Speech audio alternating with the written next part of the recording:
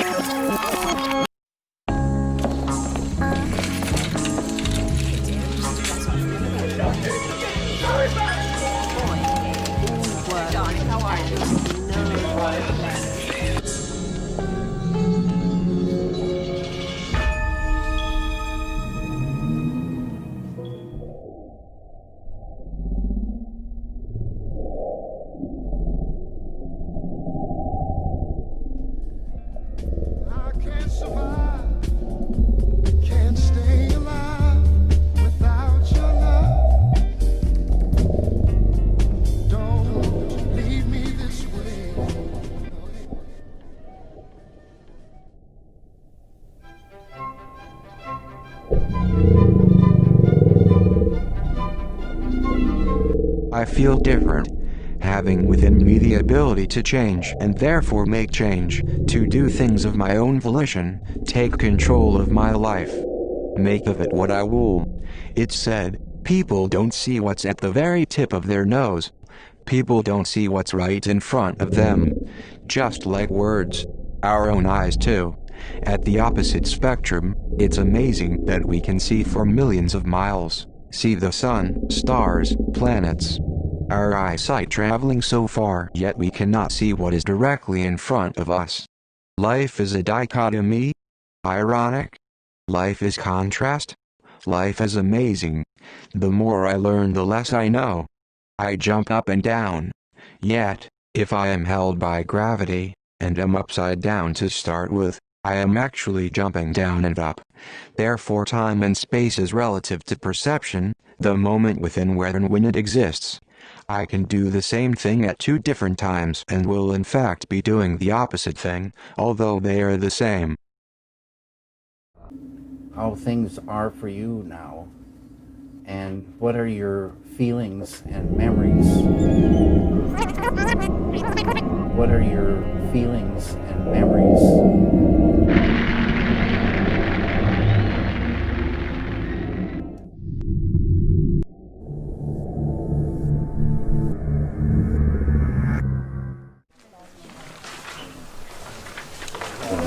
Now watch me. It's a hinge. This is the hinge on your thumb. You just hinge out, and then hold that open for quite some time, and then close it, and then bring your hand down, and then do you recognize me backwards, right? And do that line. You see what I mean? You're going to be saying So them, we're unfortunately, in backwards. We're going to play the order. whole thing backwards. We're gonna... Start at the end and go forward.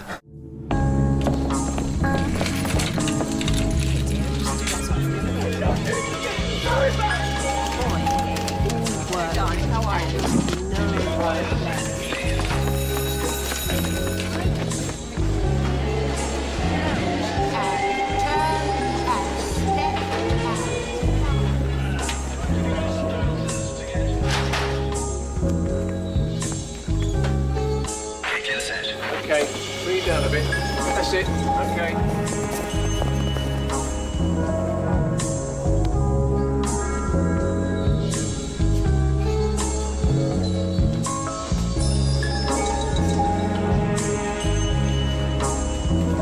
Your script, Mr. Kubrick.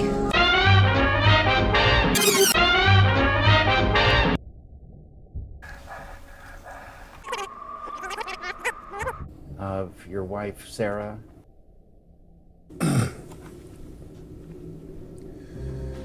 Well, I'm not sure that I can explain the now.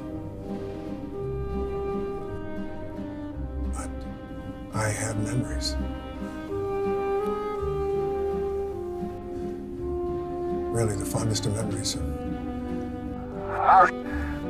You've been dead for around 25 years now.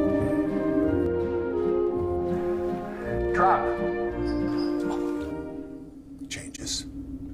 Meetings with different people. Yeah. I remember the happy moments in the house.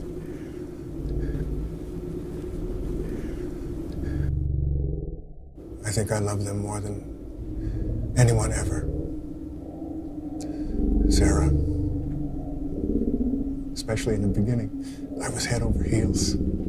Head over heels in love.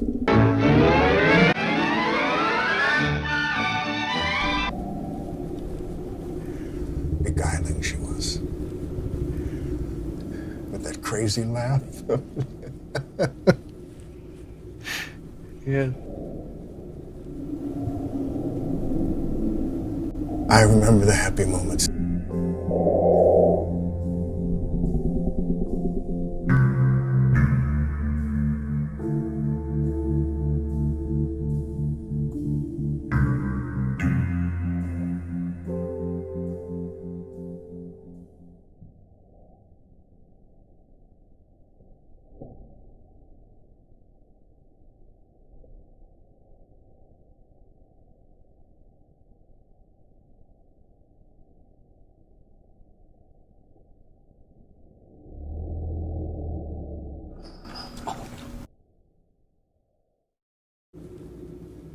Hey.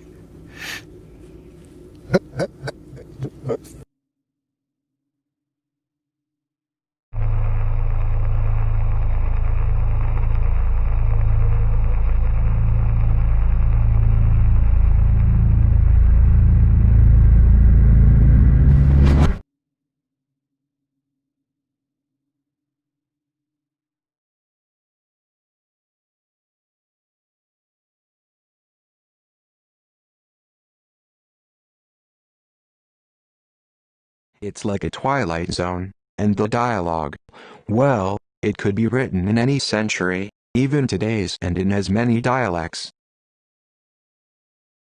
All free and fancy they are, sharp from one to the next. I swear you'll never hear finer words in the land.